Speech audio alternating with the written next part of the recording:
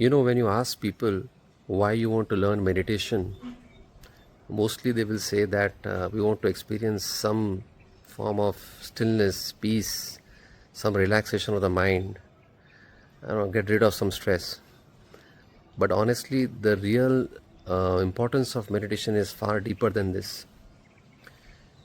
Meditation is about realizing who you truly are.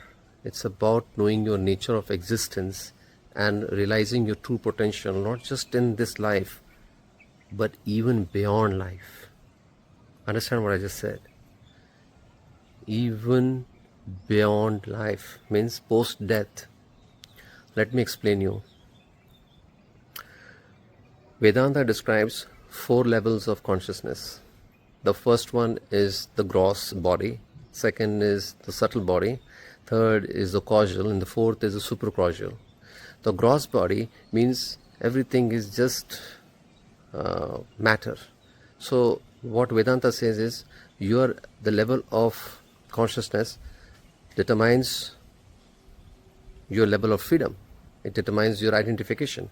So in the gross body, your identification is mostly with the body, and hence the level of freedom is the lowest, because you are trapped in the body and the false knowledge that you are just this body. You are the body, but you're not just the body. That's what Vedanta is trying to say. So if you just have the knowledge that I am just the body, then your entire identification is just about your relationship with the physical matter, physical world, and that keeps you, your freedom is compromised to that extent.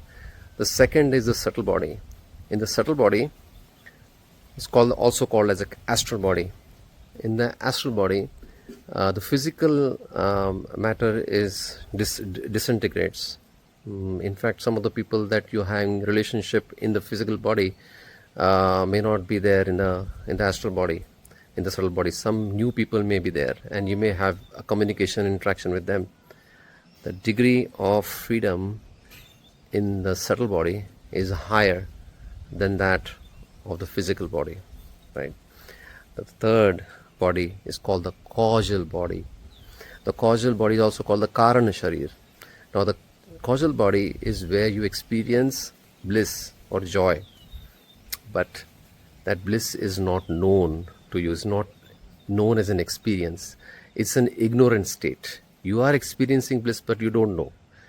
You may get up in the morning and experience that you are refreshed, but that does not mean that you have actually experienced it. You have missed it, right? You have missed the actual experience of it. Neuroscience calls it kind of the delta wave. So here there is a dreamless sleep state. That dreamless sleep state is called as the causal body. Now, the fourth one and the most important one, which determines your highest level of freedom, is the Turiya, the fourth state of consciousness. Here is where you experience joy, happiness, bliss, yourself as light, love. This is your real experience that you have, So that fourth state, in which there is no physical body, there is not even the causal body, there is not even the dream body. It's just the remembrance of yourself as who you truly are, and that is the real truth of who you really are. And that is called that this Turiya is not experienced post death. This is the most important point. That's why human life is so important. You will only realize Turiya while you are alive in this body. So it's so important that we don't waste our lifetime only chasing certain pursuits in our life, because that's going to end, right? And we must try to get deep into our meditation so that we can realize the Turiya state of ourselves, and that will determine the level of freedom and liberation that we have, right? Post-death, whatever we identify with becomes us. So if you identify with the causal body, which is what most people think, that we go into nothingness, we just disappear, then that's what will become our reality.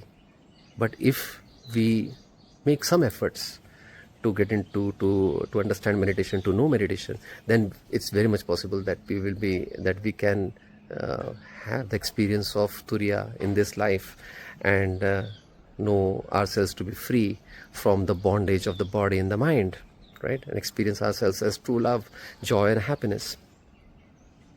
Bhagavan Krishna in chapter 8, verse 6 says exactly the same thing. He says, whatever one remembers at the time of death, he attains that state.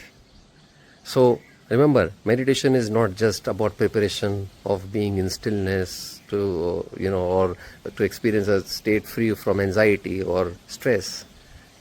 Meditation is actually the preparation of the biggest and the greatest transition of our life, from death to a new beginning.